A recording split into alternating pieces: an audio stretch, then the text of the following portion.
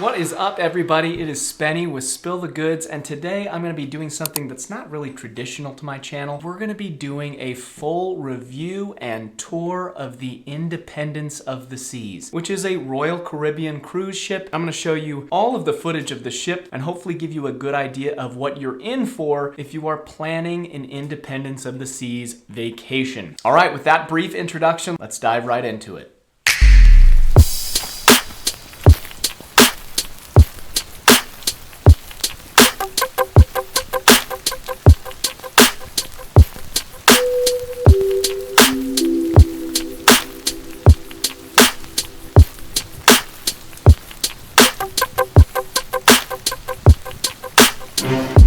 Alright, one of the things I should say right here at the outset is Royal Caribbean is not sponsoring this video. They're not paying me to say any of the things I'm about to say. I just want to give you an honest perspective on what I thought about this ship, just so that if anyone is planning a cruise specifically on the Independence of the Seas, they can get a good look at what will be available and what kind of fun they can have. Where do you even begin when talking about a cruise ship? It really was incredible to see the feat of engineering. Like, how does a cruise ship that large float? Don't understand. How does it not tip over? No clue. But it doesn't, and it's a wonderful time. For this video, I've split it up into 5 different segments. If you want to fast forward to certain parts in this video that are explaining things that you're curious about, that is great. The first segment I'm going to talk about is food and drink. Cruise ships are all-inclusive. It really is crazy how much food and drink is actually available on the ship. The places that you can go are places like the Windjammer. This is just kind of an open buffet, and they have breakfast, lunch, and dinner there. It's fun to be able to explore all of the different food options that they have, and it really is endless. For some reason for me, I don't know why, the Jell-O is disgusting, but for some reason I love it. The second place you can eat is the dining room, and the dining room is a place where it's a more formal style of eating. Like, you have a waiter who comes and takes your order, and then your meal is brought to you a little bit later. It's really cool because you get assigned a certain waiter, and that waiter is your waiter through the rest of the week. It makes it very fun to go back to dinner. We became great friends with our waiter. Other free places you have to eat, they had Sorrento's, which is pizza, just constantly. My kids were obsessed with Sorrento's. They'd run down, grab pizza, come back upstairs. There's also fish and chips. It serves exactly what it sounds like, fish and chips, and that was fantastic. I ate that for lunch almost every single day. This was on the level of the pools, so it was kind of nice. I was always sitting there watching my kids play in the splash pad. I could turn around, go grab some fish and chips, and be right back to my chair. One of my favorite features of the cruise ship in terms of food is the endless soft serve ice cream. I ate way too much ice cream, but I just couldn't help it. Every time I walked past that soft serve, I just had to pop in and grab one. You can either get vanilla or chocolate or twist, and I think we all know twist for the win, am I right? It's also important to know that you have these restaurants that you can actually go into that you have to pay for. Places like Giovanni's or Chop Grill. I know there was a hibachi restaurant, sushi restaurant. They had a Johnny Rockets, and then I think they had an ice cream place, which was more specialty type ice creams. And I would be totally remiss if I didn't mention my favorite, Sugar Beach. I actually have to avoid that store because every time I walk past it, I want to go in and buy something. In terms of drink, there were bars everywhere. I'm not even going to list them. And honestly, if you can't find a bar on the cruise ship, then you've probably reached your drink limit. In terms of drinks, there is a drink package that you can buy prior to going on your cruise. I would suggest doing it that way because it is less expensive before you go than if you get onto the cruise ship and decide you do want a drink package of some kind. It's just gonna be more expensive once you're on the ship. I think the most impressive thing about the cruise ship is the fact that there are so many meals being served on a daily basis. It's absolutely baffling to me how much work must be going on behind the scenes with the preparation of food and the preparation of drinks. It truly is something that just seemed impossible. All right, let's move on to the next segment I wanted to talk about, which was the entertainment. It's almost impossible for me to be able to go through all of the different activities and entertainment options that are available on the ship on a daily basis. There were so many different things that you could do, and they were all happening at the same time, so it made it so that you could pick and choose where you wanted to go. One of my favorite things is that Royal Caribbean Caribbean has an app, and that app shows you a daily itinerary of everything that is going on the boat during that specific day. And it just allowed you to scroll through, see all of the entertainment options, and pick and choose what you wanted to go to with your family. I'd highly suggest using the Royal Caribbean app as well, because once you're on the boat, you won't have service on your phone. And the nice thing is you can connect to the free Wi-Fi and be able to text each other back and forth through the Royal Caribbean app. It was a great way for us to be able to continue to communicate even though we didn't have service. In terms of theaters, there was Studio B. Studio B was the ice rink. They had a really cool ice skating show that you could go and watch. You also had the opportunity to go ice skate yourself, which was pretty fun. And then one of the days they set up laser tag, so that was a great time. Moving on to the big theater on the boat, the Royal Theater. Inside of the Royal Theater for us, we were able to go see Grease one of the nights, which was a really wonderful performance. They do such a phenomenal job of putting that all together. The set is amazing, the music's great, and the talent on the boat just blew me away. The other cool thing was they had a magic show one of the nights, and the magic show was just a blast. My kids were absolutely roped into the magic of this guy. He was really entertaining, and I will say he stumped me on a few things. I'm not saying I believe in magic, I just might a little bit. Now, I don't ever gamble, and I don't suggest gambling, but there was a casino. They had live music going on everywhere on the ship, so if you wanted to go listen to a band or someone play the piano or guitar, there was constantly live music and entertainment happening. One of my family's favorite things was that they had family game shows that would happen as well. There was like a Family Feud style game that we could go participate and watch. There was also fun Jeopardy style games, or there was a Harry Potter night where they did Harry Potter trivia. It was really fun to go to those different shows. Jill even got onto the trivia show and she crushed it. Geography or brain teaser?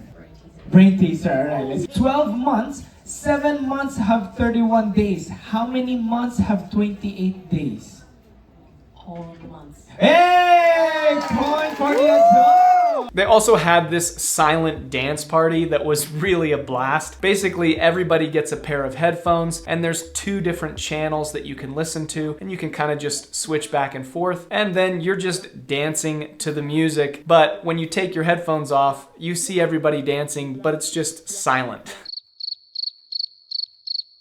It was pretty funny to watch and also a great time. A few of the nights they also had a movie night that's out by the pool, and you can just lounge on the chairs and watch a movie on the big screen. Other things I should mention is the arcade. The arcade is quite big and had some great games to play. And then the last thing I'll mention with entertainment was the shopping. There was so many different places that you could shop. It was like being inside of a mall, and so it was kind of entertaining to walk through shop by shop and see what they had going on. Whew! All right, that is all the entertainment. Let's move on to the next thing I want to discuss, which is the pools. Pools were absolutely incredible. So they had a pool at the very front of the ship in the solarium, and this was just an all-adult section, so no kids were allowed in that solarium. And then you have the middle section of the boat, which had those big pools that are right in front of a stage, as well as the big screen TV. And then closer to the back of the boat, you had Splashaway Bay. This is where I spent most of my time because my kids are a little bit younger and they were having a blast playing in those pools, enjoying the waterfalls and the slides that are there as well. While I'm on the topic of slides, let me mention there were 2 slides in Splashaway Bay. Those slides were a little bit smaller, so your younger kids can have a blast going down those slides and they're not too scary. Even closer to the back of the ship, there were 2 more bigger slides, and those were awesome. They were super fun for adults and for older kids. And while we're speaking about water and pools, let's talk about the hot tubs. There were hot tubs everywhere. So if you get into one hot tub and there's a bunch of people there, you could probably walk another 50 feet into a different hot tub that may have less people. So all the pools and hot tubs, that was just 10 out of 10. It made it so fun to be able to hang out on the boat on the days when you're cruising from port to port. It just made for a really good beach-like vibe. I will also mention there are tanning chairs everywhere. You can can lay out pretty much anywhere from the front of the ship all the way to the back.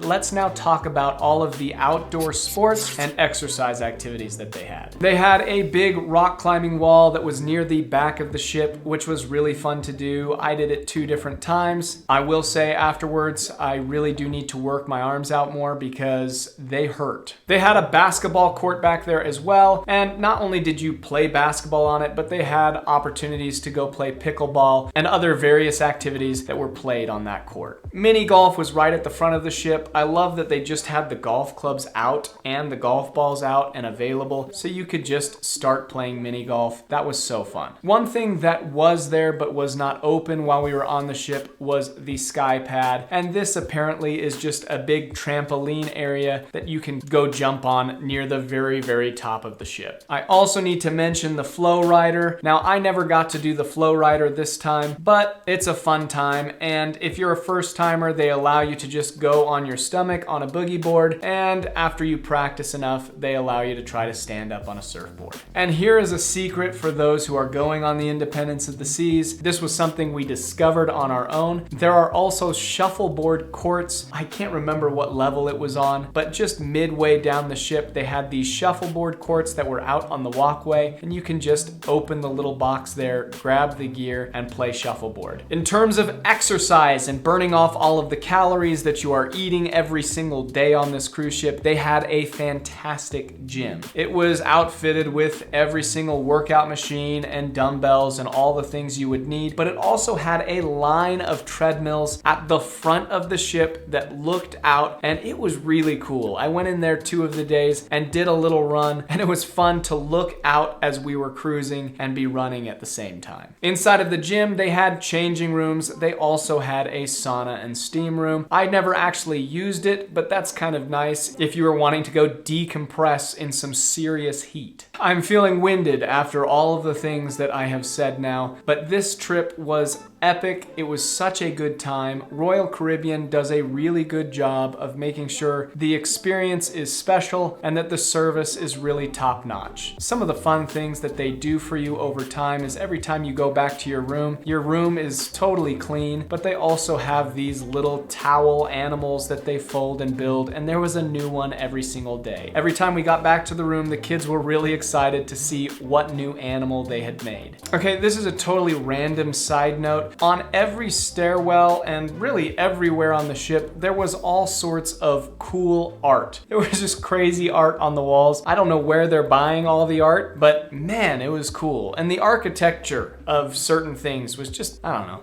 just awesome. Anyway, had to mention it.